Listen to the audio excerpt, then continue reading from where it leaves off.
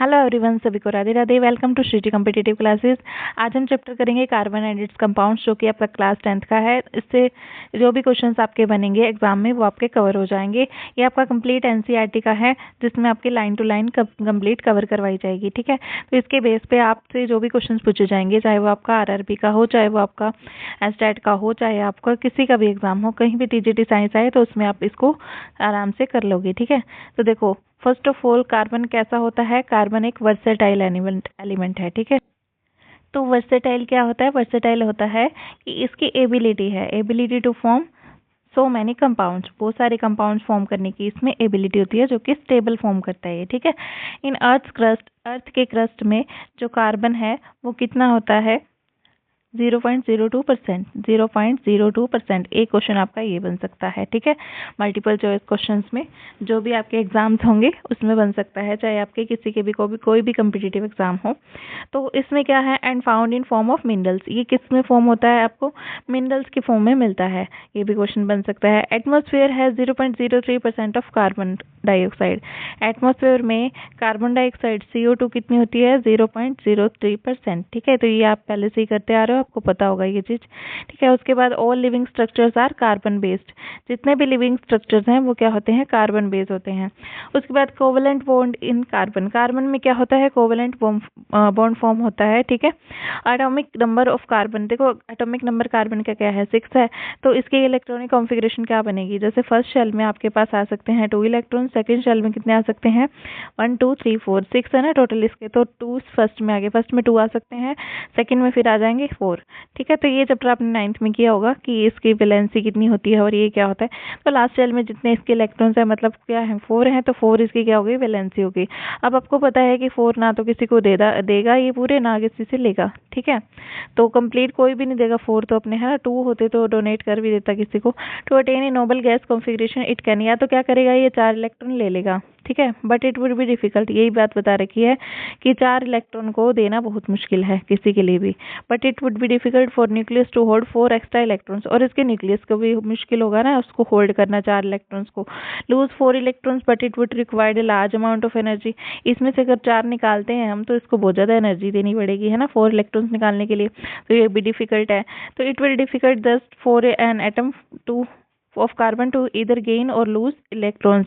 इसके लिए गेन करना भी मुश्किल है और लूज करना भी, ना तो इलेक्ट्रॉन्स दे सकता है अपने 4, ना ले सकता है। ठीक है, तो carbon attains the Nobel gas configuration by sharing. तो ये क्या करता है? शेयर करके बॉन्डिंग बना लेता है दूसरे एलिमेंट के साथ। ठीक है, तो क्या करेगा ये? Sharing it's valence electrons with other atoms, दूसरे एटम्स के साथ क्या करेगा? शेयरिंग कर लेगा। ठीक है, atoms of other elements like hydrogen, oxygen, nitrogen, chlorine also show sharing of valence electrons. ये भी क्या करते हैं?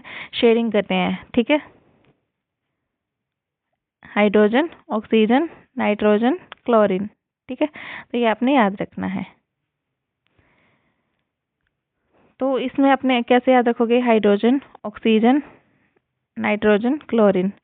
ये क्या है? NCl, नकल हो, नकल हो। सब लोग बच्चे तो ऐसे ही चाहते हैं ना, स्टूडेंट्स तो की नकल हो, बट होती नहीं है। ठीक है, होनी भी नहीं चाहिए। आगे देखो, फॉर्मेशन, इसको आप ऐसे याद रख सकते हो। Formation of H2O2 N2 is shown in as below. तो इसमें क्या है? H2O2 N2 की फॉर्मेशन कैसे होगी? देखो, हाइड्रोजन में कितने होते हैं? हाइड्रोजन का 1 इलेक्ट्रॉन, हाइड्रोजन का 1 इलेक्ट्रॉन, ये दोनों क्या करेंगे? आपस में शेयरिंग कर लेंगे, तो ये बॉन्ड बन जाएगा इनका, है ना। तो यही होगा। देखो, 1 इलेक्ट्रॉन ये, 1 इलेक्ट्रॉन ये, दोनों की क्या हो जाएगी? बॉन्डिंग हो जाएगी। तो देखो यहाँ से, ये देखो, ये 1 इलेक्ट्रॉन इसके पास है, 1 इलेक्ट्रॉन इसके पास है। ठीक है, तो ये क्या करेगा? ये अपने पूरे कर लेगा ऐसे शेयरिंग करके, इसका एक मिलके 2 हो जाएंगे पूरे। ठीक है, एक बॉन्ड बनाने के लिए 2 चाहिए होते हैं। सिमिलरली ये भी अपना ऐसे बॉन्ड बना लेगा। ये देखो, ये ऐसे बना लेगा अपना, इससे ले लेगा। ठीक है, तो ये होगी हाइड्रोजन की बॉन्डिंग। ठीक है, अब उसके बाद देखो, ऑक्सीजन की भी ऐसे होगी बॉन्डिंग। ऑक्सीजन में कितने होते हैं? ऑक्सीजन का एटॉमिक नंबर 8 होता है ना। देखो, तो ऑक्सीजन में क्या होगा? 8 होता है। फर्स्ट शेल में कितने आ जाएंगे? 2 आ जाएंगे, 1 2। ठीक है, सेकंड में 1 2 3 4 5 6 बचे ना। तो इसको कितने चाहिए? ऑक्टेट कंप्लीट करने के लिए, 8 पूरे करने के लिए 2 और चाहिए। ठीक है, तो ये क्या करेगा? देखो, जैसे इसके पास 6 है, इसके पास भी 6 है। ठीक है, तो ये क्या करेगा? ये 2 इसके ले लेगा, ठीक है, ये ऐसे 2 इसके ले लेगा, ठीक है, ये भी 2 इसके ले लेगा, तो ये 2 2 टोटल मिलके क्या बन गया, डबल बॉन्ड बन गया ना। ठीक है, तो ऑक्सीजन और ऑक्सीजन में कैसा बॉन्ड होता है, डबल बॉन्ड होता है। ऐसे आपकी बॉन्डिंग बनती है ऑक्सीजन की। ठीक है, हाइड्रोजन की बॉन्डिंग ऐसे बनती है, हाइड्रोजन हाइड्रोजन में सिंगल बॉन्ड, ऑक्सीजन ऑक्सीजन में डबल बॉन्ड बन जाता है। ठीक है जी, आगे देखो नाइट्रोजन में ट्रिपल बॉन्ड बनता है। कैसे, देखो नाइट्रोजन का एटॉमिक नंबर क्या होता है, 7 होता है। ठीक है, तो ये क्या होगा आपके पास, नाइट्रोजन 7, तो इसके पास 7 इलेक्ट्रॉन्स होते हैं। तो इसके फर्स्ट शेल में कितने इलेक्ट्रॉन्स आते हैं, 2, फर्स्ट शेल में 2, सेकंड में कितने आ जाएंगे, 5। अब देखो फर्स्ट शेल में 2 लगा दिए, सेकंड में कितने आएंगे, 5, 1 2 3 4 5। तो इसको 3 चाहिए ऑक्टेट कंप्लीट करने के लिए, तो ये दूसरे नाइट्रोजन के 3 ले लेगा। दोनों के पास, दोनों को 3 चाहिए है ना, दूसरे नाइट्रोजन को भी और इस नाइट्रोजन को भी। तो ये दोनों क्या करेंगे, शेयरिंग कर लेंगे तीनों की आपस में। ठीक है, तो इसके मान लो 5 थे ना, तो इसके 5 थे, मान लो इस नाइट्रोजन के मान लो 5 हैं। ठीक है, लास्ट शेल में कितने हैं, 5, 1 2 3 4 5 ऐसे लगा दिया आपने। ठीक है, दूसरी नाइट्रोजन के भी यहाँ पे लगा दो 5, तो ये हो जाएगा आपके पास 1 2 3 4 5। ठीक है, तो ये नाइट्रोजन क्या करेगा, 5 है, 8 पूरे करने के लिए क्या करेगा, यहाँ से ऐसे बॉन्डिंग बना लेगा, 3 इसके ले लेगा। ठीक है, तो सेम वैसे ही ये भी क्या करेगा, 3 इसके ले लेगा बॉन्डिंग बनाने के लिए। तो ये कितने हो गए, इसके पास भी 8 हो गए, इसके पास भी। अभी बॉन्डिंग देखो कितने बॉन्ड बन गए इसमें, ट्रिपल बॉन्ड बन गया, ऐसे बनता है इसमें बॉन्ड। ठीक है, उसके बाद देखो it is evident that the number of shared pair of electrons can be 1 2 और 3। तो इसका मतलब क्या है, शेयर्ड पेयर ऑफ इलेक्ट्रॉन्स के नंबर कितने हो सकते हैं, 1 हो सकते हैं, 2 हो सकते हैं, 3 भी हो सकते हैं। तो आप इसकी ट्राई करना H2O और CH4 की स्ट्रक्चर बनाने की। ठीक है, bond formed by the sharing of an electron pair between 2 atoms is called covalent bond. उसके बाद देखो bond formed by sharing of an electron pair between 2 atoms is called covalent bond.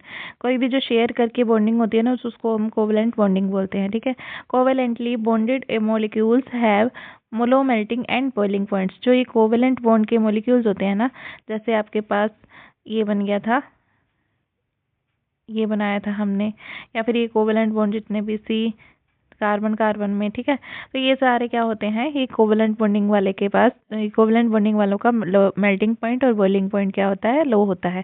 ठीक है, तो ये आपका एस्टेट में भी क्वेश्चन पूछा गया था, तो ये क्वेश्चन कहीं भी आपका किसी भी कॉम्पिटिटिव एग्जाम में आ सकता है। ठीक है, because of comparatively weaker intermolecular forces, क्योंकि इसमें क्या होता है, इंटरमोलिकुलर फोर्सेस क्या होते हैं, वीक होते हैं।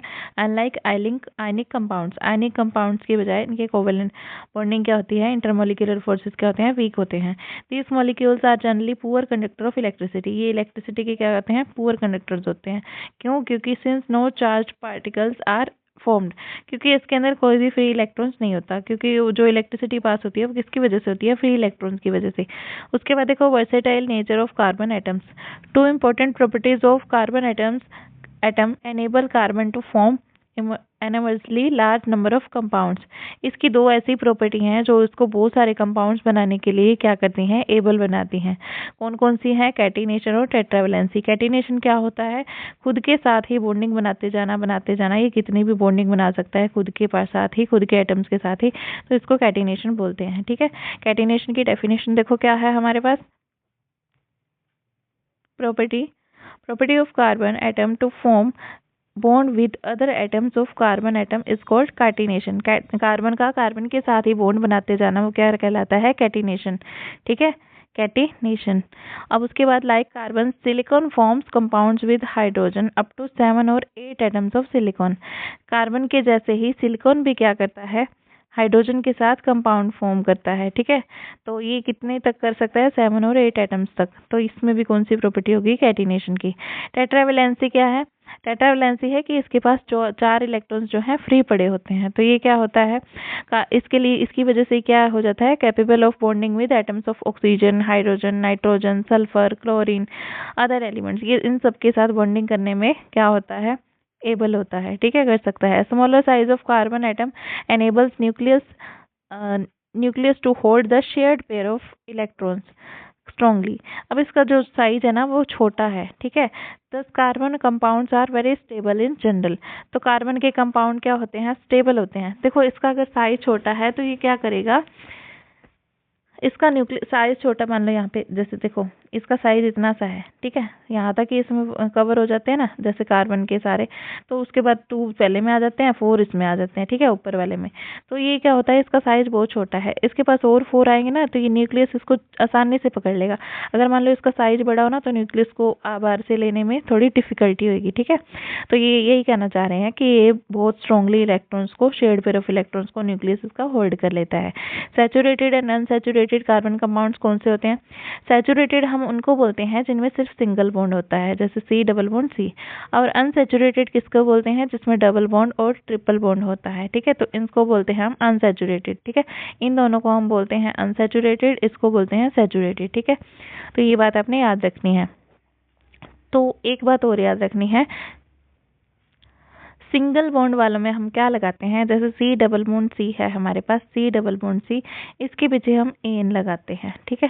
सिंगल बॉन्ड के पीछे एन लगाते हैं, डबल बॉन्ड लगा हो किसी कार्बन में तो उसके पीछे इन लगाते हैं, ठीक है।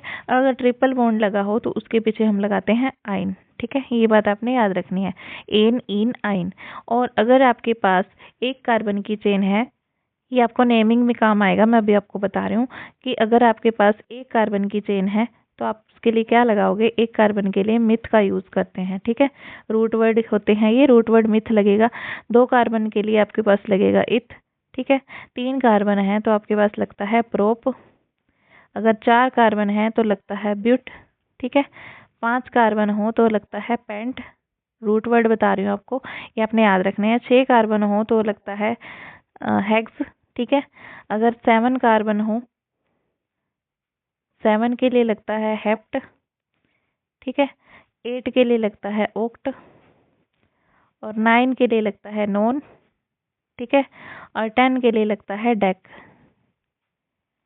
तो उसके बाद 11 कार्बन हो तो उसके लिए लगता है अनडेक, अनडेक, ठीक है।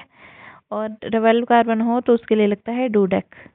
तो आपके पास ज़्यादा नहीं आता है, 7 8 तक ही आता है, इससे आगे नहीं आएगा, ठीक है। तो उसके बाद देखो, तो ये तो हो गए रूट वर्ड्स। और एन इन आइन मैंने आपको बता दिया, इसके जो पीछे लगते हैं वो लगते हैं एन इन और आइन। अगर सिंगल बॉन्ड हो तो एन लगता है, डबल हो तो इन लगता है, ट्रिपल बॉन्ड हो तो आइन लगता है। एन जो होता है उसको हम सैचुरेटेड बोलते हैं, और जो इन और आइन वाला कंपाउंड होता है उसको बोलते हैं हम अनसैचुरेटेड कंपाउंड, ठीक है। देखो अल्केन का फॉर्मूला क्या है, अल्केन का अगर फॉर्मूला बनाना पड़े, जैसे देखो C सिंगल बॉन्ड C है, मैं आपको बना के बताती हूँ। एक तो आपने इसमें सबसे पहले आपको ये दिया हो एग्जाम में, तो आपने क्या करना है, यहाँ पे देखना है, इसको 4 कंप्लीट करना होता है। ये 1 हो गया हमारे पास, इसके साथ 3H लगा दो, इस वाले कार्बन के साथ 3H हमने और लगा दिए, इसके 4 पूरे कर दिए हमने, ठीक है। हमने 4 पूरे करने होते हैं। इस वाले कार्बन के साथ देखो, इस वाले कार्बन के साथ 1 है, ठीक है, तो इसके साथ भी CH3 1 और लगा दो। अब देखो रूट वर्ड कैसे लगाओगे, 2 कार्बन की चेन है, 2 कार्बन है, तो इसके लिए लगाओगे आप मिथ, ठीक है। और उसके बाद मिथ लगा दिया हमने, सिंगल बॉन्ड है तो एन लगाओगे, ठीक है। रूट वर्ड हमने मिथ लगा दिया, सिंगल बॉन्ड के लिए एन लगा दिया। तो इसकी जो नेमिंग है अगर इसमें है तो ठीक है, अदरवाइज मैं आपके लिए एक्स्ट्रा लेक्चर बना दूंगी, पूरी नेमिंग आपको सिखा दूंगी उसमें, ठीक है, जितनी भी आपने नेमिंग करनी होती है। उसके बाद देखो अल्केन, अल्केन के लिए CnH2n, ये क्यों लगा, देखो अभी हमने CH3 मैंने आपको बना के बताया कि ये क्या बन गया हमारे पास, मिथेन, इथेन बन गया, ठीक है। अब उसके बाद 2 कार्बन के लिए इथ लगता है, सॉरी इथ, और उसके बाद एन, इथेन लग गया, ठीक है। अब देखो यहाँ पे CN, इसका फॉर्मूला क्या बन गया, C कितने हैं 2, C2, H कितने हैं इसमें 6, C2H6। अब ये फॉर्मूला क्या बन गया, CN लिखे हम, CnH2n, H2n + 2। देखो CN, N की जगह 2 पुट करो, C2, और ये क्या बन गया 2n, 2 2 जा 4, n की जगह हमने 2 रखा ना, 2 2 4 + 2 6, तो यही आया CnH2n + 2। ऐसे ही अल्कीन के लिए CnH2n हो जाता है, 2 कम हो जाता है, 2 2 आपने कम करते जाने आगे, उसके बाद, ठीक है। अल्केन का याद रखना है CnH2n + 2, अल्केन का ऐसे याद रख लो। उसके बाद अल्कीन का हो जाएगा CnH2n, इसमें से 2 उड़ा दो, इसमें से 2 उड़ा दिया, ठीक है, CnH2n हो गया। देखो यहाँ पे CnH2n, ठीक है। उसके बाद अल्काइन की जब बारी आएगी उसमें से भी 2 और माइनस कर दो, CnH2n - 2, तो ये हो जाएगा आपके पास। इलेक्ट्रॉन डॉट स्ट्रक्चर अगर बनानी हो सैचुरेटेड कार्बन की, सैचुरेटेड कार्बन कंपाउंड की, तो इथेन की आपको बना के बताई हुई है, ठीक है। इसमें देखो जैसे कार्बन आपको इथेन की बना के बताई हुई है, मैंने आपको बताया था। ये आपको ऐसे ज़्यादा ध्यान नहीं देना है, थोड़ा बहुत देख लो इसको। इथेन के मैंने आपको क्या बताया था, CH3 है ना। अगर आप इसको ऐसे सिंपल बनाओगे तो क्या बनेगा, CH थ्री कार्बन, 3 हाइड्रोजन लगा दिए, एक बॉन्ड यहाँ पे था, H ऐसे बनेगा। तो यही काम किया हुआ है कि यहाँ पे देखो ये बनाया हुआ है, ये बनाया हुआ, ये बनाया हुआ, ठीक है। तो उसके बाद देखो यहाँ पे ये बना दिया, ये बना दिया, ये बना दिया, ठीक है। वही सी के साथ इसका बॉन्ड ही तो बनाना है, ठीक है। इसका बॉन्ड, ये क्रॉस और एक डॉट, इनको मिला के क्या बनाया, एक बॉन्ड बना, ठीक है। कार्बन वाले के इन्होंने शो करने के लिए ले रखे हैं कि ये कार्बन वाले के इलेक्ट्रॉन्स हैं जो बॉन्डिंग में पार्टिसिपेट कर रहे हैं, ठीक है। और ये जो डॉट वाले हैं ये हाइड्रोजन के हैं, इसलिए ये क्रॉस और डॉट शो कर दिया। 2 इलेक्ट्रॉन मिलके एक बॉन्ड बनाएंगे, ठीक है। ये दोनों मिलके एक बॉन्ड बनाएंगे। नॉर्मली क्या है, हाइड्रोजन के लिए क्रॉस का यूज किया जाता है, बट यहाँ पे जो भी इन्होंने देखो कार्बन के लिए कर रखा था, कार्बन के लिए भी कर सकते हो। ये इसमें देखो, यहाँ पे देखो ये जो है इसके बॉन्ड बन गए पूरे, ठीक है, 1 2, ये देखो ये बॉन्ड, ये बॉन्ड, ये बॉन्ड, इसका इसके साथ, और ये 4 बॉन्ड बन गए इसके, ऐसे ही इसके 4 बन गए, यही बनाना सबने, ठीक है। उसके बाद देखो 4 बॉन्ड बन के मतलब उसके 8 इलेक्ट्रॉन्स हो गए, एक बॉन्ड के अंदर 2 इलेक्ट्रॉन्स होते हैं, ठीक है। Electron dot structure for unsaturated hydrocarbon ethene. अब देखो आप इथीन कैसे बनाओगे, सबसे पहले इथ में 2 कार्बन आ रहे हैं, 2 कार्बन के लिए इथ लगता है तो आपने 2 कार्बन बना लेने हैं, ठीक है। उसके बाद एक सिंगल बॉन्ड लगा लेना है। सिंगल बॉन्ड लगाने के बाद देखो यहाँ डबल बॉन्ड लगाना है। इथीन में इन का मतलब क्या है, मैंने आपको बताया था, डबल बॉन्ड लगा दो, लगा दिया। 2 इसके इस कार्बन के पास 2 हो गए, ठीक है। तो इसको कितने देने हैं हमने, 2 हाइड्रोजन देने हैं। तो इसके पास भी 2 है तो इसको भी 2 हाइड्रोजन देने हैं। इसके साथ 2 डबल बॉन्ड लगे हुए हैं ना, तो ये एक डबल बॉन्ड लगा हुआ तो इसके 2 हाइड्रोजन और दे दो, 4 पूरे कर दो सबके, ठीक है। तो ये आपने ऐसे बनाना होता है, इसके 4 पूरे कर दिए हमने, तो CH2 डबल बॉन्ड CH2, तो ये अब यहाँ पे बनाया हुआ है, C डबल बॉन्ड, ये डबल बॉन्ड बन गया, ठीक है। अब उसके बाद H2 ऐसे बन गया, ये H दोनों बन गए। अब उसके बाद ये भी H बन गया, ये भी H, ठीक है। तो अब इसको शो कैसे करना होता है, सबके 4 दे दो, सबको 4, ठीक है। इसको दे दिए हमने, 8 पूरे कर दो, ठीक है। कार्बन को 1 2 3 4, ठीक है, और 5 6 7 8, मतलब 4 बॉन्ड पूरे कर दो सबके। तो यहाँ पे देखो इस कार्बन के 1 2 3 4, इस कार्बन के 4 बॉन्ड हो गए, यहाँ पे ऐसे कवर कर दो, ठीक है।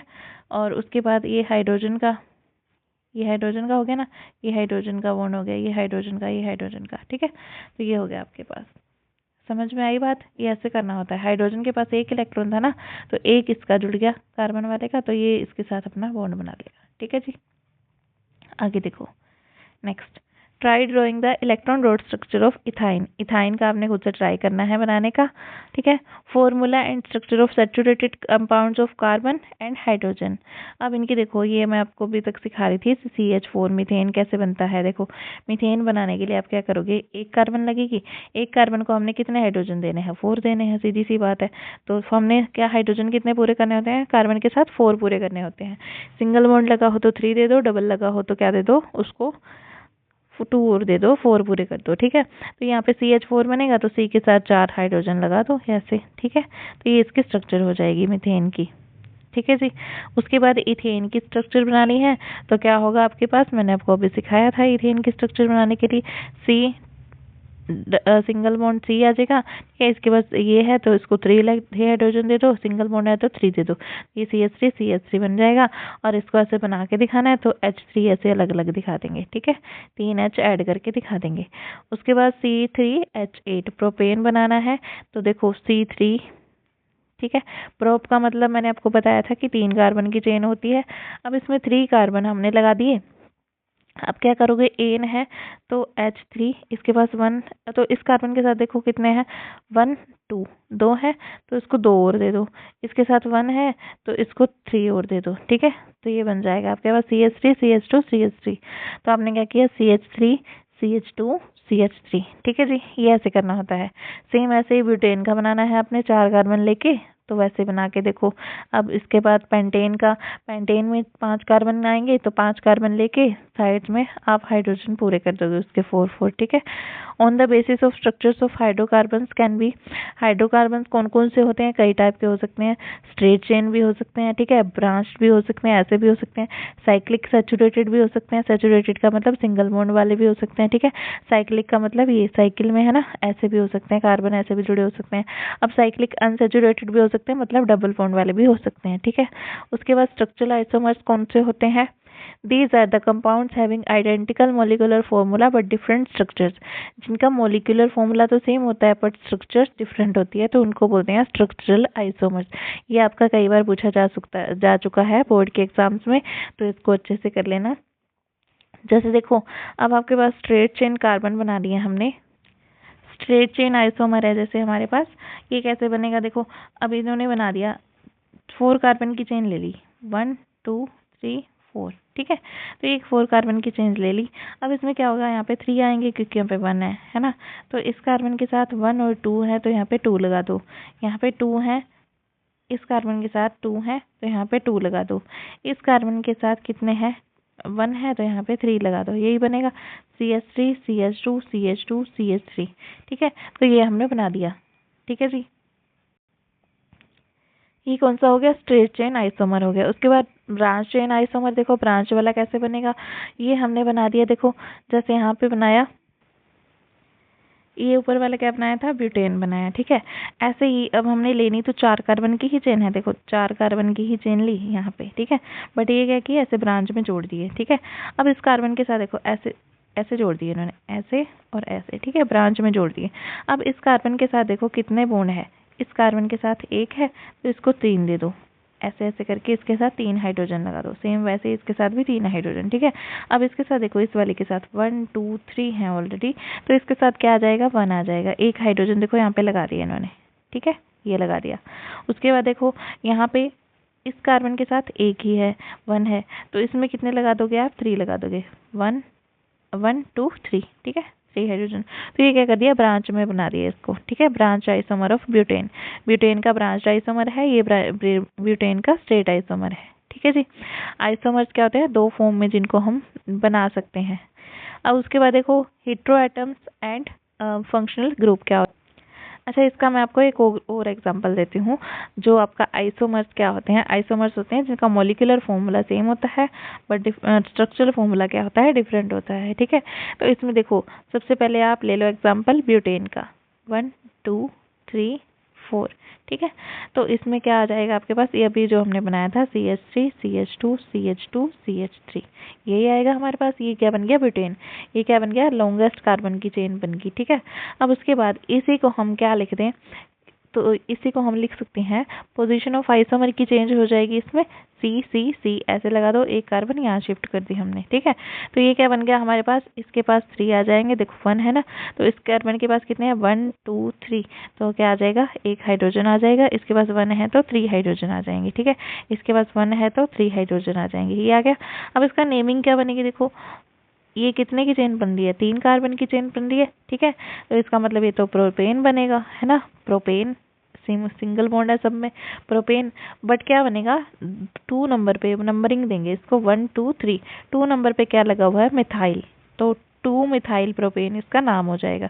अब ये CH3 को मिथाइल क्यों बोला, ये मैं आपको बताती हूँ, ठीक है। देखो, जब आपके पास CH3 जुड़ा हो कहीं भी बीच में, तो उसको बोलोगे मिथाइल, ठीक है। एक कार्बन जुड़ा हो, एक कार्बन की चेन वाला जुड़ा हो। अब अगर आपके पास C2H5 जुड़ा हो, तो आप लिखोगे इथाइल, ठीक है जी, मिथाइल इथाइल। अगर आपके पास Cl जुड़ा हो तो आप लिखोगे क्लोरो, ठीक है। Br जुड़ा हो तो आप लिखोगे ब्रोमो, ठीक है। अगर आपके पास, एक सेकेंड रुको, ठीक है, ब्रोमो लिखोगे। अगर I जुड़ा हो तो आप लिखोगे आयोडो, जैसे यहाँ पे I जुड़ा होता तो 2 आयोडो प्रोपेन लिखते, ठीक है। और उसके बाद F लिखा हो तो फ्लोरो, ठीक है जी। NO2 लिखा हो तो नाइट्रो। इन सबको हम क्या बोलते हैं, ये जो मैंने आपको बताया, ये बीच में लगे हों तो साइड में, इसको बोलेंगे सब्स्टिट्यूएंट्स, ठीक है। ये सब्स्टिट्यूएंट्स लगे होते हैं। उसके बाद देखो hetero atom and functional group क्या होता है। In hydrocarbon chain, one or more hydrogen atoms can be replaced by other atoms accordance with their valencies। अब देखो जैसे हमने वहाँ पे CH3 से चेंज कर दिया था, शिफ्ट कर दिया था, वहाँ पे Cl Br कुछ भी लगा सकते हैं, अदर फंक्शनल ग्रुप लगा सकते हैं, यही कहना चाह रहा है। The element that replaces hydrogen is called hetero atom. ये जो हमने अलग से लगाया इसको बोलेंगे हेटेरो एटम, ठीक है। These hetero atoms and group containing them impart chemical properties to the compound and hence are called functional group. ये उसकी केमिकल प्रॉपर्टीज में चेंज ला देते हैं तो हम बोलते हैं इनको फंक्शनल ग्रुप, ठीक है। अगर कहीं भी आपके पास इफ उसके बाद आता है फंक्शन सब्स्टिट्यूएंट्स के बाद आता है फंक्शनल ग्रुप। सब्स्टिट्यूएंट्स का एक एग्जांपल और देख लो, आपको अच्छे से समझ में आ जाएगा। जैसे देखो आपके पास 4 कार्बन की चेन दे रखी है आपको, ठीक है। अगर आपने यहाँ पे आपको Br लगा के दे रखा है, यहाँ पे आपको Cl लगा के दे रखा है, ठीक है। तो आप नंबरिंग किधर से शुरू करोगे तो अल्फाबेटिकल ऑर्डर देखोगे, जैसे Br पहले आता है, Cl बाद में आता है, B C A B C, B पहले आता है, C बाद में आता है। तो नंबरिंग इधर से कम दे पाए इसको, इधर से इसकी नंबरिंग कम से कम आए तो 1 2 3 4 इधर से स्टार्ट करेंगे, ना कि इधर से 1 2 3 4 ऐसे नहीं स्टार्ट करेंगे। ये वाली रॉन्ग हो जाएगी, ये वाली करेक्ट हो जाएगी, ठीक है। तो हम इसकी नंबरिंग ऐसे कर दी हमने 1 2 3 4। तो इसमें क्या गया, 2 पे ब्रोमो है, 3 पे क्लोरो है, और ये किसकी चेन बन रही है, ब्यूटेन की। हाइड्रोजन आप खुद से बैलेंस कर लेना, ठीक है। तो ये किसकी चेन बन रही है आपके पास, 2 ब्रोमो 3 क्लोरो ब्यूटेन, इसका नाम ये बन जाएगा, ठीक है। तो ऐसे नेमिंग करते हैं इनकी हम, ठीक है जी। अगर आपको नेमिंग में कोई प्रॉब्लम आ रही हो तो कमेंट बॉक्स में बता देना, मैं आपको अलग से लेक्चर इसका बना के बता दूंगी, ठीक है। अब उसके बाद अगर आपके पास ये दे रखा हो जैसे CH2 CH, ये मैंने अच्छा खुद से लगा दी पहले ही। अब ये CH2 CH, ये डबल बॉन्ड है, सॉरी, ठीक है। यहाँ पे आपका डबल बॉन्ड है, ठीक है। यहाँ पे डबल बॉन्ड है, ट्रिपल नहीं है, इसको डबल कर लेना, ठीक है। तो ये क्या हो गया आपके पास, यहाँ पे आपको Br लगा के दे रखा है। अब ये आप कैसे नंबरिंग करोगे, देखो आपको यहाँ पे डबल बॉन्ड भी दिख रहा है, यहाँ पे Br भी दिख रहा है। जब भी आपको डबल बॉन्ड या ट्रिपल बॉन्ड दे रखा हो और उसी में आपको सब्स्टिट्यूएंट भी दे रखा हो तो आपने डबल और ट्रिपल बॉन्ड को प्रेफरेंस देनी है। मतलब डबल बॉन्ड और ट्रिपल बॉन्ड को कम नंबरिंग मिलनी चाहिए। तो इधर से स्टार्ट करोगे 1 2 3। अगर आप इधर से स्टार्ट करते हो 1 2 3 तो इस डबल बॉन्ड को 2 नंबरिंग मिल जाएगी, तो जो कि ज्यादा हो जाएगी। यहाँ से मैं कर रहे हो तो 1 मिल रही है, ठीक है। तो ये आपका सही हो जाएगा, इधर से नंबरिंग कर देना, ऐसे इधर से स्टार्ट कर देना, ठीक है जी, ऐसे। तो ये क्या हो गया आपके पास, 1 नंबर पे क्या है, ईन है ना। तो 3 नंबर पे क्या है, ब्रोमो। तो ईन तो लास्ट में लगेगा प्रोपीन के साथ, है ना।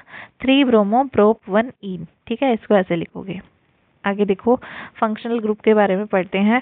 तो आपके पास फंक्शनल ग्रुप जब भी आए, एक ही आपके कंपाउंड में आपको नेमिंग बताने हो और उसमें आपको फंक्शनल ग्रुप भी दिया हो और आपके पास डबल बॉन्ड और ट्रिपल बॉन्ड भी दिया हो, ठीक है, और आपके पास सब्स्टिट्यूएंट भी दिया हो, तो आपने किसको प्रेफरेंस देनी है, फंक्शनल ग्रुप को कम नंबरिंग मिलनी चाहिए, उसके बाद डबल बॉन्ड और ट्रिपल बॉन्ड को, उसके बाद सब्स्टिट्यूएंट को। तो ये आपने सीरीज याद रखनी है, ठीक है, नंबरिंग कैसे करनी है, ठीक है जी। इतनी बात याद रख लेना।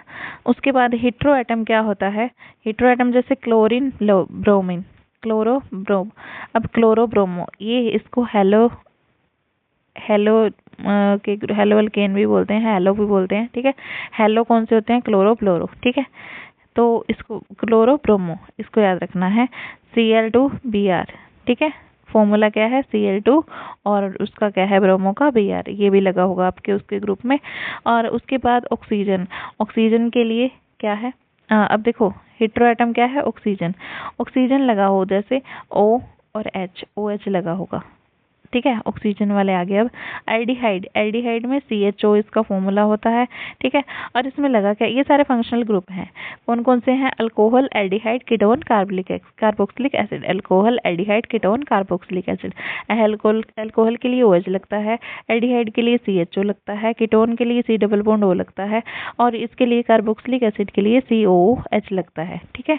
और ये जुड़ा कैसे होगा आपके पास, जैसे आपने ये बताना है कि देखो CCOH ये लगा हुआ है आपके पास, ठीक है।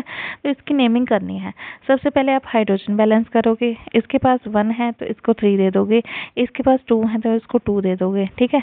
और उसके बाद देखो यहाँ नंबरिंग कहाँ से स्टार्ट करोगे, जिसके साथ OH ग्रुप लगा हुआ है ना उसको प्रेफरेंस दोगे, तो फर्स्ट नंबर इसको दोगे, सेकंड नंबर इसको दोगे, ठीक है।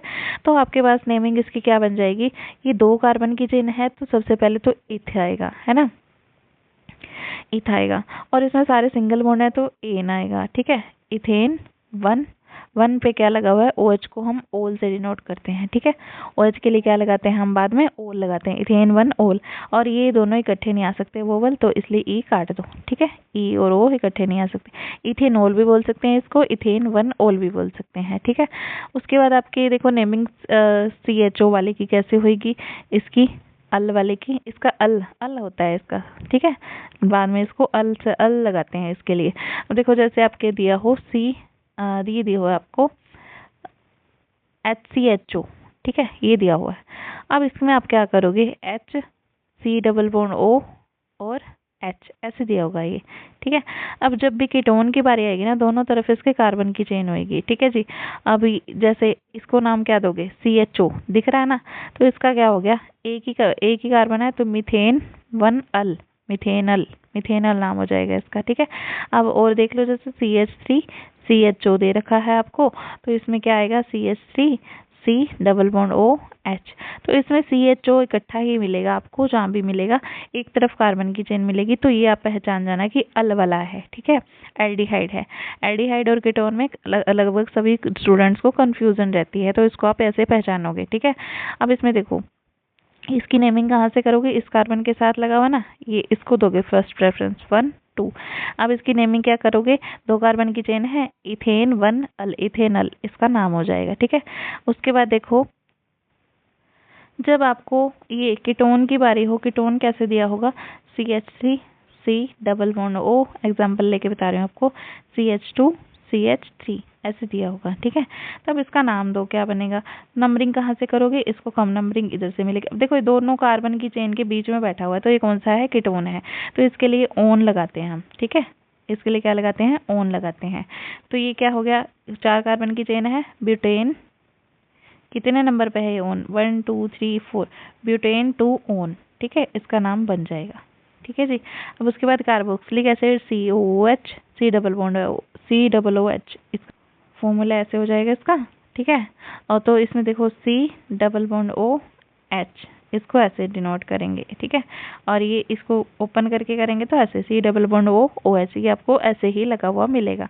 जैसे मान लो आपको ऐसे दिया हुआ है CH3 C OOH, तो आपको इसको कैसे लिखना है, CH3 C double bond OH ऐसे मिलेगा आपको, ठीक है। COH कार्बोक्सिलिक एसिड, और इसके लिए हम लगाते हैं ओइक एसिड, ठीक है, ओइक एसिड लगाते हैं इसके लिए। अब देखो ये क्या है, एक कार्बन की चेन है कि 2 की है, देखो 2 की है, इसको भी गिनते होते हैं बीच में 1 2, 1 नंबर पे क्या है, ओइक, ठीक है।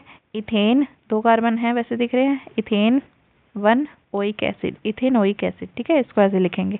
तो इसके लिए ऐसे नंबरिंग नेमिंग करते हैं इनकी। अब देखो होमोलोगस सीरीज क्या होती है, it is a series of compounds in which the same functional group substitutes 4 hydrogen in a carbon chain। अब इसमें क्या होगा, सीरीज होगी कंपाउंड्स की जिसमें क्या होगा, सेम फंक्शनल ग्रुप होंगे substituents, same functional group substituents 4 hydrogen, ठीक है। तो ये होगी आपकी कार्बन की होमोलोगस सीरीज। देखो इसमें आपसे क्या कहना चाह रहा है कि इसमें ना फंक्शनल ग्रुप तो सेम होते हैं, ठीक है, और क्या होता है सब्स्टिट्यूएंट 4 हाइड्रोजन कार्बन चेन। इसमें ना CH2 जैसे ना 2 का डिफरेंस होता है, जैसे हमने क्या था ना अल्केन अल्कीन अल्काइन, उनकी बात कर रहा है जैसे यहाँ पे, तो उसमें क्या था 2 का डिफरेंस था, वही कहना चाह रहा है, ठीक है।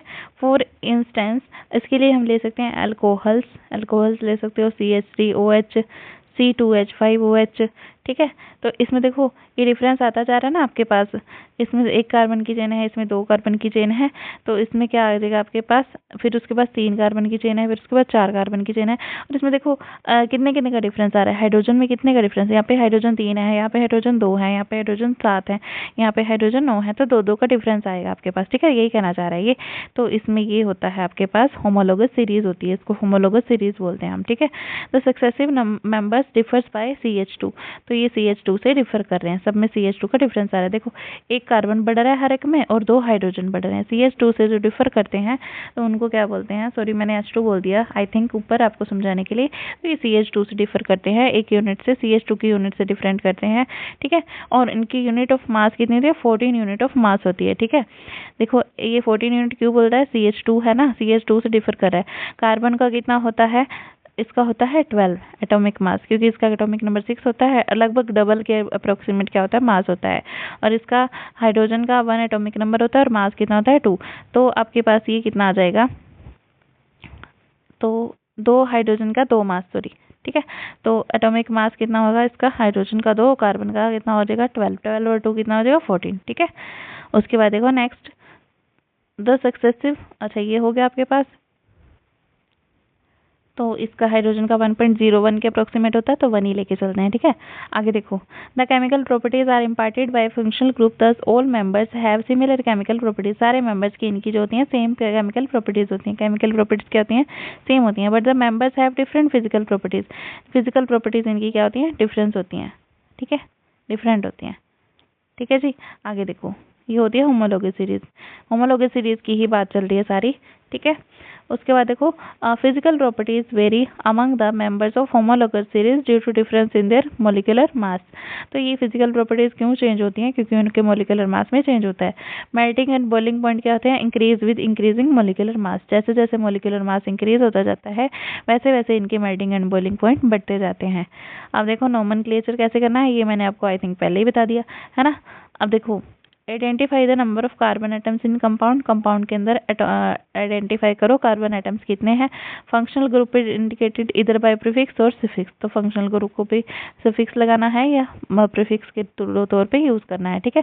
सफिक्स क्या होगा, मैंने आपको बताया था, एन, इन, आइन, ओल, अल, ये सारे लास्ट में लगते हैं। जो लास्ट में लगते हैं उसको सफिक्स बोलते हैं, ठीक है।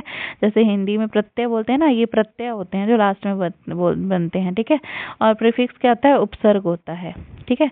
मैंने आपको जैसे 1 क्लोरो प्रोपेन, 1 क्लोरो ब्यूटेन ऐसे बन जाएगा, ठीक है। अब उसके बाद if suffix is added then final e is removed. ये मैंने आपको बताया था कि 2 वोवल इकट्ठे नहीं आ सकते, तो मिथेनॉल ऐसे सीधा लिखते हैं, एक हटा देते हैं।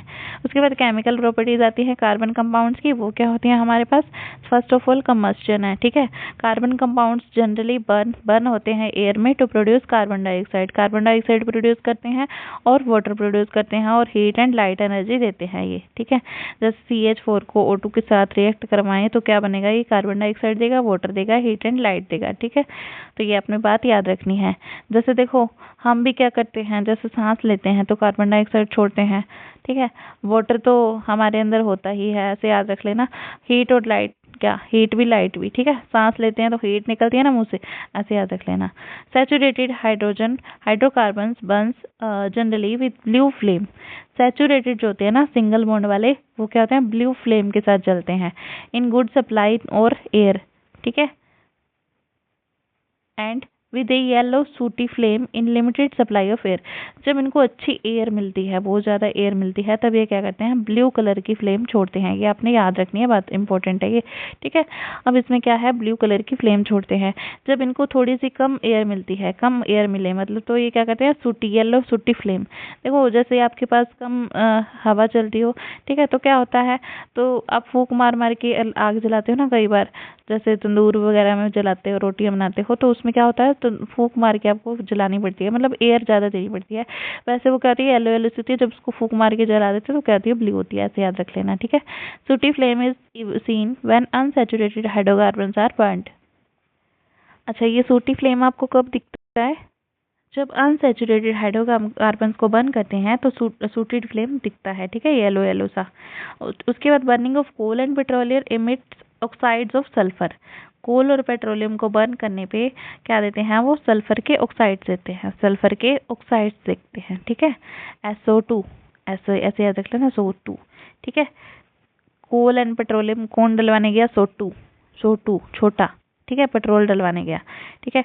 नाइट्रोजन और नाइट्रोजन नाइट में, रात में गया पेट्रोल डलवाने, रात में किसको भेजा, छोटू को भेजा, ठीक है। Which are responsible for acid rain. ये क्या होते हैं, एसिड रेन के लिए रिस्पॉन्सिबल होते हैं, ये बात आपने याद रखनी है। उसके बाद ऑक्सीडेशन है, ये हम इनकी क्या कर रहे हैं, केमिकल प्रॉपर्टीज कर रहे हैं सारी, ठीक है। और उसके बाद देखो ऑक्सीडेशन, ऑक्सीडेशन में क्या है, alcohols can be converted to carboxylic acid by oxidizing them using alkaline potassium permanganate. अब अल्कोहल्स को हम क्या कर सकते हैं, कार्बोक्सिलिक एसिड्स में कन्वर्ट कर सकते हैं। कैसे कर सकते हैं, ऑक्सीडाइज कर देंगे उनको by using alkaline potassium permanganate, alkaline potassium permanganate और हीट, इनकी प्रेजेंस में acidified potassium dichromate, acidified potassium dichromate भी ले सकते हैं। ठीक है, तो they add oxygen to the reactant, thus is called oxidise. अब इसमें क्या करेंगे, देखो जैसे हमने अल्कोहल लिया CH3 CH2 OH, ये क्या ले लिया हमने, इथेनॉल ले लिया है ना, 2 कार्बन की चेन है और OH लगा हुआ है, इथेनॉल हो गया ये। ठीक है, इथेनॉल में हम क्या डालेंगे, अच्छा KMNO4, अल्केलाइन KMNO4 डालेंगे और उसको हीट करेंगे। ठीक है, या तो ये डालेंगे। ठीक है, अब उसके बाद या तो फिर या डालेंगे एसिडिफाइड K2Cr2O7, K2Cr2O7 और हीट करेंगे इसको। देखो ये ऐसे याद रख लेना, KMNO4 potassium permanganate, potassium permanganate, ये आपने याद रखना है। ठीक है, तो आपने क्या किया, एक और O देने के लिए आप क्या करोगे, पर उसको पर लगा दोगे ना, हालांकि हवा में उड़े वो। ठीक है, या फिर इसको ऐसे याद रख लेना, अब ये ट्रिक बतानी तो नहीं चाहिए, अब ऐसे चलो बता देते हैं, कमीनो याद रख लेना, कमीनो, इसको ऐसे याद रखना है। ठीक है, सॉरी फॉर द ये इसके लिए, तो इसको याद ऐसे रखना, KMNO4 आपने डालना है, तो ये क्या बन जाएगा, OH बन जाएगा, कार्बोक्सिलिक एसिड बन जाएगा। ठीक है, ठीक है, उसके बाद K2Cr2O7, O7 तुम 7 जने मिलके के कर रहे हो, क्या कर रहे हो। ठीक है, तो ये डालना है आपने, और उसके बाद हीट डालनी है, हीट तो इसको करना ही है। ठीक है, तो ये बन जाएगा CH3COH। ठीक है, उसके बाद एडिशन रिएक्शन, देखो एडिशन रिएक्शन में क्या होता है, देखो hydrogen is added to unsaturated hydrocarbon in presence of palladium और निकल। ठीक है, पाला आ गया, पाला आ गया, ठंड आ गई तो निकल ले यहाँ से। ठीक है, पाला आ गई, ठंड आ गया, निकल लो यहाँ से, भाई हमारी जो ब्लैंकेट है हम उसमें अकेले ही रहेंगे, तुम निकल लो यहाँ से। ठीक है, हमें पूरा इधर उधर से पूरा बंद करके रखना है, अपने आप को कवर करके, ताकि कहीं से भी हवा क्रॉस ना हो। ठीक है, अगर ठंड आ गई है भाई, पैलेडियम निकल लो यहाँ से, पाला ठंड आ गई है, तो क्या करोगे, vegetables oil are converted into vegetable ghee using this process. तो वेजिटेबल ऑयल्स कौन से होते हैं आपके पास, सैचुरेटेड अनसैचुरेटेड होते हैं, और जो वेजिटेबल घी होता है वो सैचुरेटेड होता है। ठीक है, यहाँ पे डबल बॉन्ड आएगा, याद रख लेना, C डबल बॉन्ड C लगाना था यहाँ पे, ये बाय मिस्टेक सिंगल बॉन्ड लगाया हुआ है। ठीक है, तो यहाँ पे आ जाएगा, ये बन जाएगा RR का मतलब क्या है, यहाँ पे CH3 है, कोई भी कार्बन का कोई भी आपका हो, जैसे मिथेन हो, इथेन हो, मिथाइल, इथाइल, कोई भी सब्स्टिट्यूएंट हो, कुछ भी हो सकता है यहाँ पे। ठीक है, अब निकल कैटेलिस्ट डालेंगे इसमें, निकल लो हाइड्रोजन के प्रेजेंस में, तो यहाँ पे क्या हो जाएगा, देखो हाइड्रोजन ऐड हो जाएगी ना, हाइड्रोजन ऐड हो जाएगी, H2, 2 हाइड्रोजन ऐड हो जाएंगे। देखो यहाँ पे 4R थे, 4R रख दिए, 2 हाइड्रोजन और ऐड कर दिए, तो ये क्या बन गया आपका, सैचुरेटेड हाइड्रोकार्बन। ठीक है, तो ये saturated fatty acid are harmful for health, ये जो सैचुरेटेड होते हैं ये हार्मफुल होते हैं। And oils with unsaturated fatty acid should be used for cooking, तो ये वाले ऑयल्स हमें यूज करने चाहिए घी की बजाय, ये क्या होते हैं, हेल्थ के लिए अच्छे होते हैं। ठीक है, उसके बाद आती है हमारी सब्स्टिट्यूशन रिएक्शन। सब्स्टिट्यूशन रिएक्शन क्या है, इसमें है हमारे पास in saturated hydrocarbon the hydrogen attach to carbon can be replaced by another atom और group of atoms in presence of sunlight. ये जो हमने हाइड्रोजन ऐड की है सैचुरेटेड हाइड्रोकार्बन्स में, इसको हम क्या कर सकते हैं, रिप्लेस भी कर सकते हैं किसी दूसरे एटम के साथ या फिर ग्रुप ऑफ एटम के साथ प्रेजेंस ऑफ सनलाइट में। ठीक है, जैसे ये CH4 मीथेन, ये सैचुरेटेड है, Cl2 ऐड करेंगे इसमें, CH3Cl और HCl बन जाएगा, सनलाइट रिक्वायर है इसमें। ठीक है, तो ये क्या बन जाएगा, CH3Cl, क्लोरोमीथेन बन जाएगा। ठीक है, क्लोरोमीथेन और हाइड्रोक्लोरिक एसिड बन जाएगा। ठीक है, तो इसको हमने चेंज कर दिया इसमें। अब आगे देखो इंपॉर्टेंट कार्बन कंपाउंड्स कौन से हैं, इथेनॉल और इथेनोइक एसिड। ठीक है, इथेनॉल देखो पहले, इथेनॉल की जगह जो है मेल्टिंग पॉइंट 156 केल्विन होता है, बॉइलिंग पॉइंट 351 केल्विन होता है, सोल्यूबल इन वाटर होता है। इथेनॉल आपने देखी होगी ना, अल्कोहल शराब जो ड्रिंक होती है उसको पानी में घुली जाती है ना, वो बर्निंग टेस्ट, उसका बर्निंग जैसा टेस्ट होता है, जला हुआ सा। ठीक है, अल्कोहल बर्न भी तो कर सकती है ना। अब जो उसके बाद देखो इथेनॉल अल्कोहल ही तो है।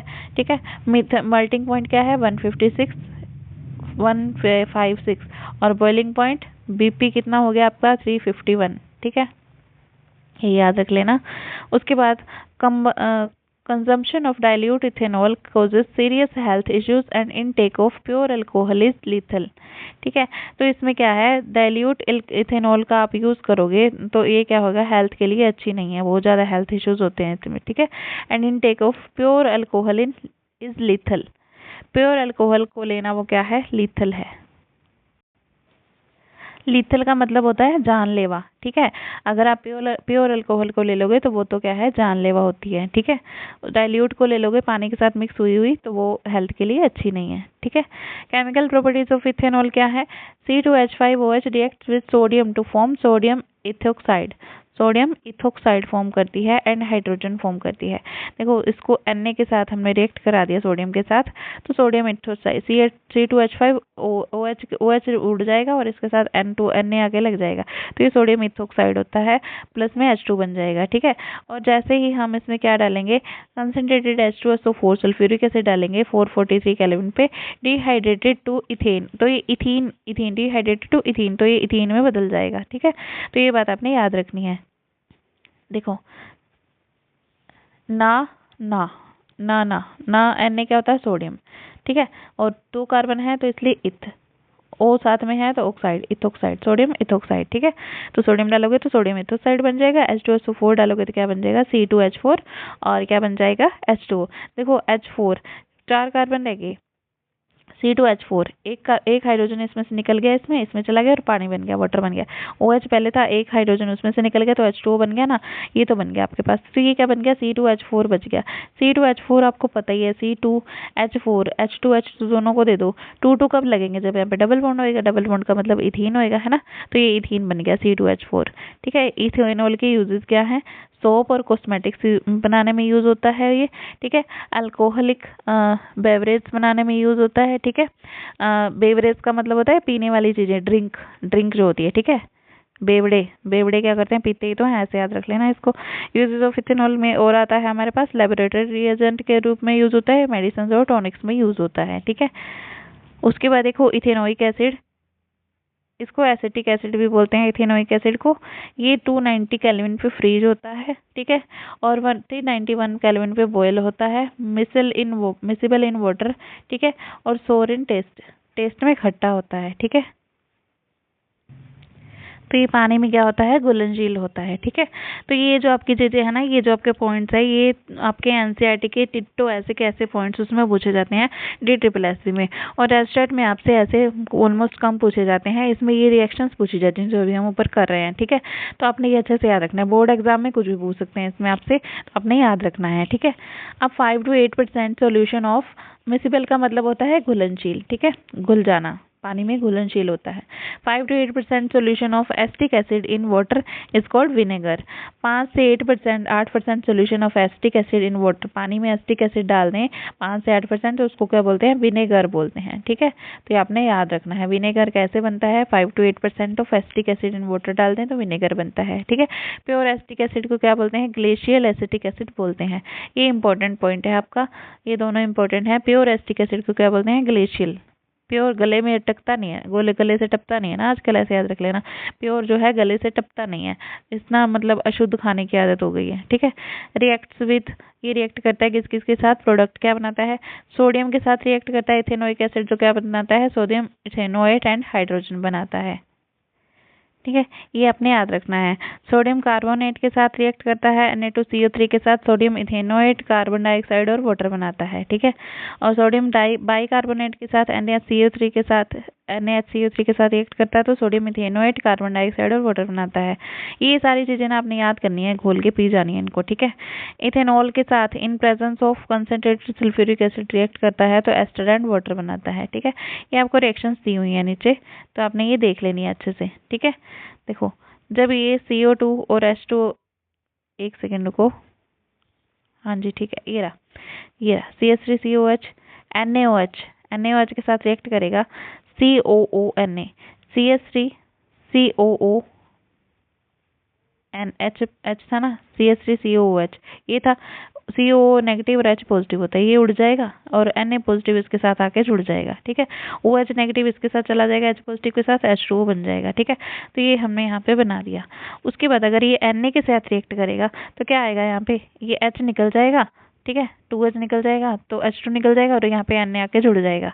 ठीक है, अगर ये CH3 CH2OH के साथ रिएक्ट करेगा प्रेजेंस ऑफ कंसंट्रेटेड H2SO4 के प्रेजेंस में, तो ये क्या बनेगा, देखो CH3COO एज इट इज, उसके बाद CH2 CH3 ये इसके साथ आके जुड़ जाएगा। ठीक है, और ये जो OH और H है ये आपस में निकल के HOH H2O बना लेंगे। ठीक है, और NaCO3 के साथ रिएक्ट करेगा तो क्या बनेगा, ये CH3COO, ये ऐसे कैसे, एक सेकंड को देखो, Na इसके साथ जुड़ जाएगा, यहाँ पे आके H निकल जाएगा, यहाँ पे हो गया। अब उसके बाद H और ये रहा आपके पास O, H और O, H और एक O यहाँ से ले लेगा ये, तो क्या बन जाएगा H2O, साथ में CO2 बच ही जाएगा तो ये CO2 बन जाएगा। ठीक है, सेम इसी में ही लिखा होता है, आपको याद करने की जरूरत नहीं होती उसको रट्टे मारने की। Na2CO3 के साथ रिएक्ट करेगा तो क्या बनेगा, Na इसके साथ आके जुड़ जाएगा, देखो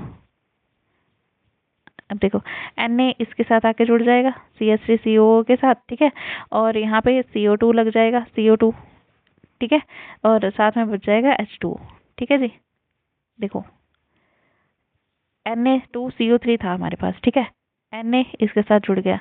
ठीक है, CO2 और निकल गया, और इसका जो H था वो इसके O और H से मिलकर जगह बना देगा, H2O बना देगा। ठीक है, और एक इसमें मतलब 2 ले लेना, ऐसे 2 मॉलिक्यूल्स ले लेना, ऐसे बन जाता होता है ये। ठीक है, तो इसमें ये याद रखने हैं आपने सारे पॉइंट्स। ठीक है जी, उसके बाद आता है आपका एस्टेरिफिकेशन। क्या होता है, carboxylic acid react with alcohol. Carboxylic acid जो है वो अल्कोहल्स के साथ रिएक्ट करते हैं presence of few drops of concentrated sulphuric acid in as catalyst. Concentrated sulphuric acid इसमें क्या लेना है, कैटलिस्ट लेना है। ये रिएक्शंस बहुत ज़्यादा इंपॉर्टेंट है तो इनको आपने याद रखना है। And form sweet smelling compounds called ester. तो ये स्वीट स्मेलिंग कंपाउंड फॉर्म करते हैं जिनको हम एस्टर बोलते हैं। ठीक है, तो इसको बोलते हैं एस्टेरिफिकेशन। हाइड्रोलिसिस क्या होता है, on heating with an acid और base the ester forms back the original alcohol और कार्बोक्सिलिक एसिड। देखो कार्बोक्सिलिक एसिड और अल्कोहल को मिला के क्या बनाया था, एस्टर बनाया था। अब दोबारा से इनको हीट कर दें एसिड के साथ मिला के या बेस के साथ मिला के हीट कर दें तो ये वापस से वही फॉर्म कर देंगे अल्कोहल और कार्बोक्सिलिक एसिड। तो इसको हाइड्रोलिसिस बोलते हैं। ठीक है, हाइड्रोलिसिस और एस्टेरिफिकेशन में डिफरेंस आपने याद रखना है। ठीक है, जैसे ये देखो CH3COO CH2 CH3 NaOH, ये क्या मिलाया आपने, देखो एग्जाम्पल के लिए देखो मैं आपको बताती हूँ। जैसे आपने CH3COOH इथेनोइक एसिड लिया, प्लस में CH3CH2OH इथेनॉल ले लिया। ठीक है, ये अल्कोहल हो गया, ये कार्बोक्सिलिक एसिड हो गया। ये मिलके क्या बना देंगे, CH3COO C2H5। तो ये क्या बन गया आपके पास, इथाइल इथेनोइक एसिड या फिर इथाइल एसीटेट बन गया। ठीक है, प्लस में H2, इसके दो नाम है। अब ये बन गया आपके पास, इसको आपने क्या किया, C2H5 जो बना, CH2 CH3 भी लिख सकते हैं इसको। ये वही रिएक्शन है जो मैंने अभी बताई, यहाँ पे लिख सकते हो आप, लिखनी हो तो। ठीक है, NaOH के साथ मिलके क्या बनाएगा ये, वो जो हमने रिएक्शन की वो H2SO4 के प्रेजेंस में करनी है। ठीक है, कंसंट्रेटेड H2SO4 के प्रेजेंस में। ये बेस के साथ मिलके, ये एसिड के साथ क्या मिलके क्या बना देगा, वापस से वही बना देगा, है ना। देखो ये बन गया अल्कोहल, ये बन गया आपके पास जो हमने मिलाया था,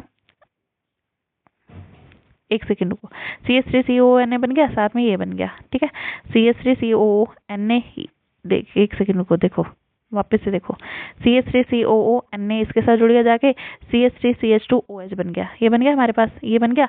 अब ये क्या होगा, ये इसमें भी तो कन्वर्ट होगा ना, इथेनोइक में बोला हमने, तो इथेनोइक एसिड और इथेनॉल में कन्वर्ट हो जाएगा। अब क्या करना, डाइल्यूट H2SO4 इसमें डाल देना है। ठीक है, ये जो हमारे पास बना इसमें हमने क्या कर देना है, डाइल्यूट H2SO4 डालेंगे तो क्या बन जाएगा, ये बेस डालेंगे तो ये बन जाएगा, और डाइल्यूट H2SO4 डालेंगे तो ये पूरा का पूरा ये मिल जाएगा। तो ये alkaline hydrolysis of ester is called also called saponification. इसको हम सैपोनिफिकेशन भी बोलते हैं। बस इसमें आपने ना दो चीज़ें याद रखनी है, एस्टेरिफिकेशन क्या है और सैपोनिफिकेशन क्या है। जिसमें ये सोडियम एसीटेट बन गया हमारे पास, ये क्या हो गया आपके पास, सैपोनिफिकेशन हो गया। ठीक है, अल्कोहल और ये बन गया। और ये ऊपर वाला ये जो है हमारे पास, ये जो बना था मैंने आपको बताया था, जब इन दोनों को मिलाओगे तो ये कंसनट्रेटेड डालोगे तो ये बन जाएगा।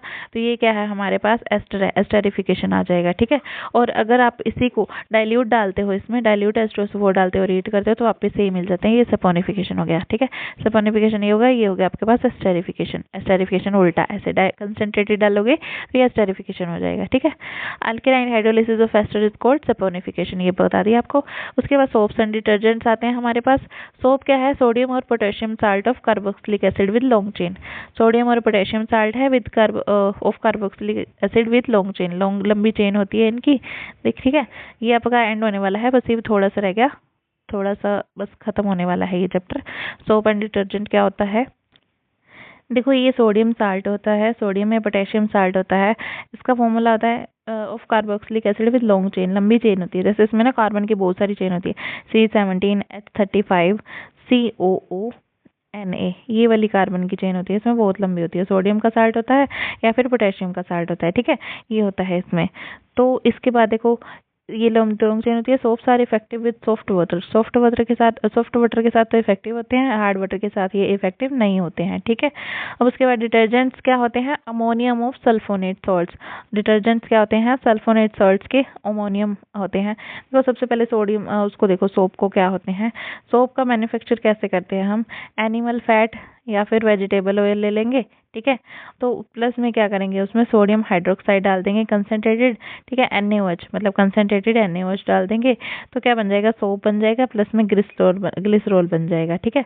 तो ये बनता होता है, इस प्रोसेस को बोलते हैं सपोनिफिकेशन, ठीक है, सोप बन जाएगा। तो अभी ऊपर बताया भी था आपको, वही सपोनिफिकेशन है, सोप बनाने की प्रोसेस है वो, ठीक है।